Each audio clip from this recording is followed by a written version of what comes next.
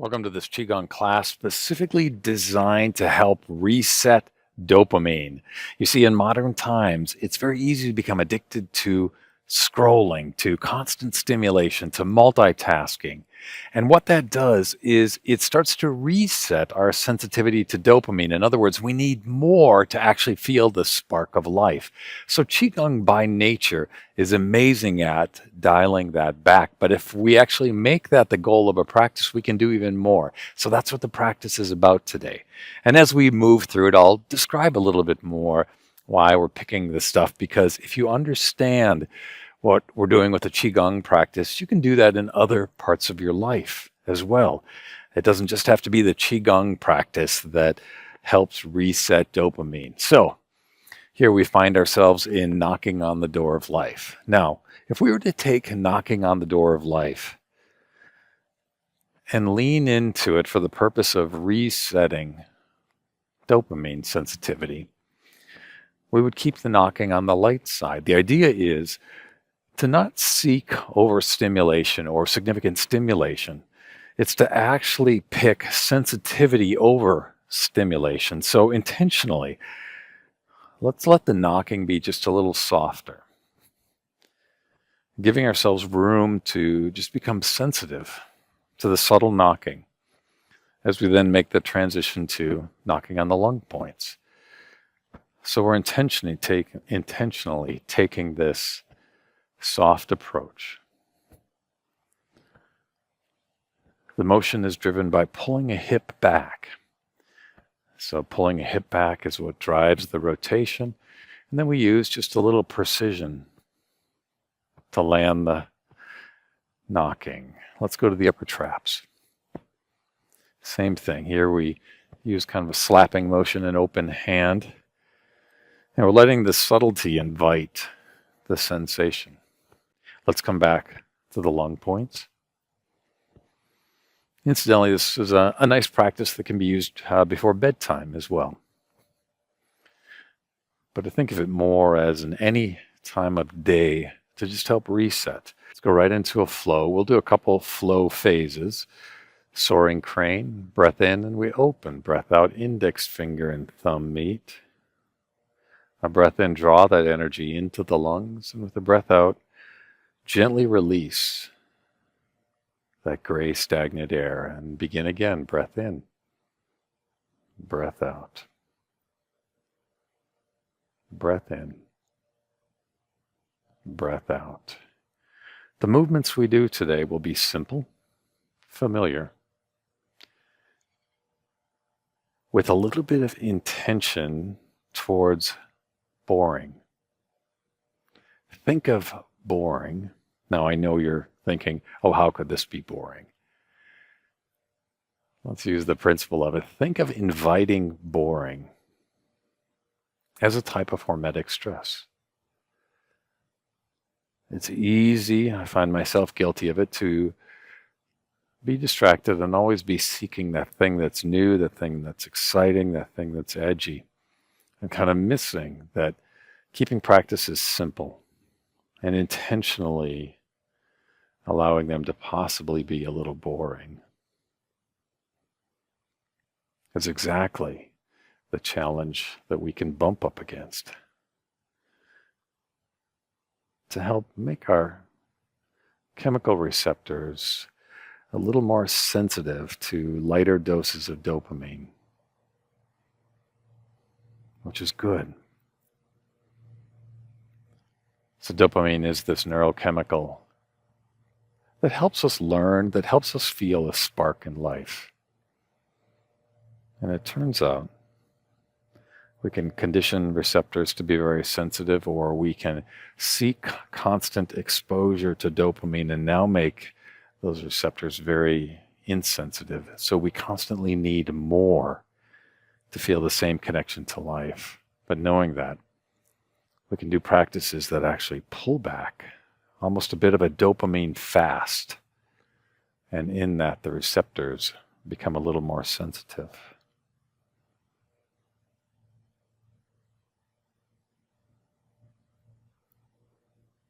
Energy into the lungs and the breath out. And then let's release to lower, embracing the tree, palms face up, knees soften, the crown of the head lifts skyward.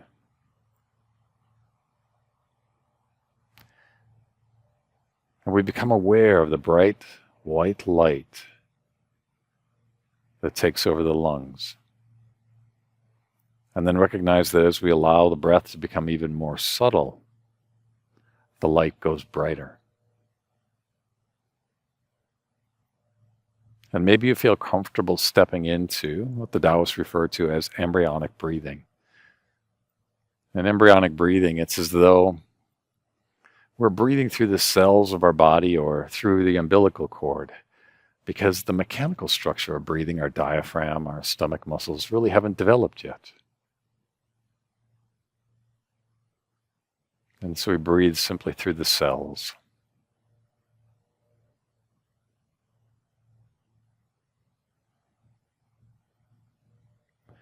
And let's take this phase of stillness again to check in with the senses. Let's start with hearing. Pull in the auditory landscape objectively, non-judgmentally. Can you believe that leaf blower is still going? The sounds of fall. You may not even hear it. Hopefully the mic is doing a good enough job of blocking it out. And then a sense of smell.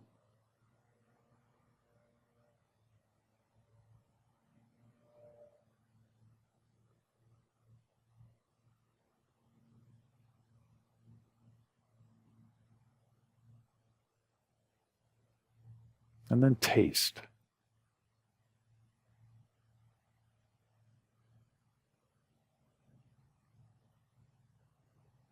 Rocking forward just a bit onto the toes, keeping the heels in contact. Maybe drop just a little lower, 1 millimeter.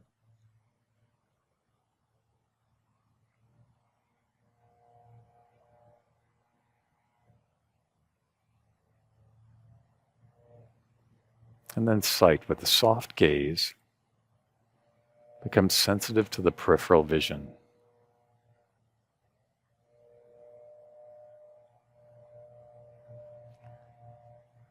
And then sense the world behind you. Allow your weight to shift onto your heels a bit, and that'll help with that. You may have naturally done that already. If so, give yourself a little smile. So sensing the world behind you. And still maintaining the fuel, the energy of the bright white.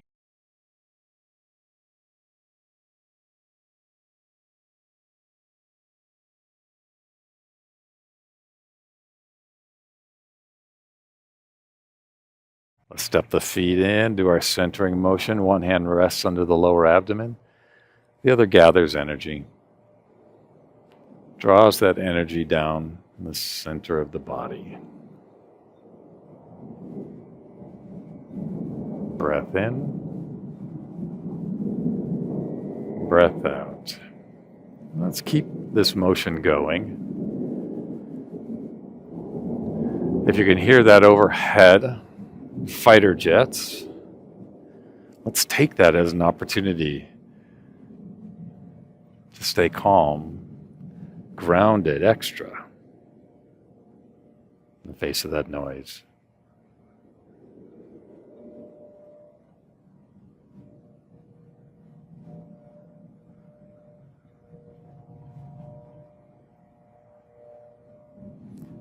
Turns out it wasn't as loud as it was building up to. All right, hands rest over the lower abdomen.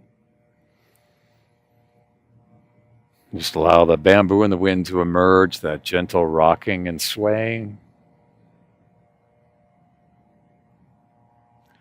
Giving a little smile to this idea of becoming a little more interested, a little more fascinated in the subtlety of our day. And recognize that that does something very beneficial to our neurochemistry. Thank you for practicing with me. Now, if you like this practice, you know what to do. Hit the like button, drop a comment. I love hearing from you. Subscribe. And if you want to go even deeper, check out the link in the description. It'll take you to the Qi Gong page for Breathe Your Truth. There's some free stuff on there, and there's a chance to learn a little bit more about the subscription where we do full practices. All right, everyone. Thanks again.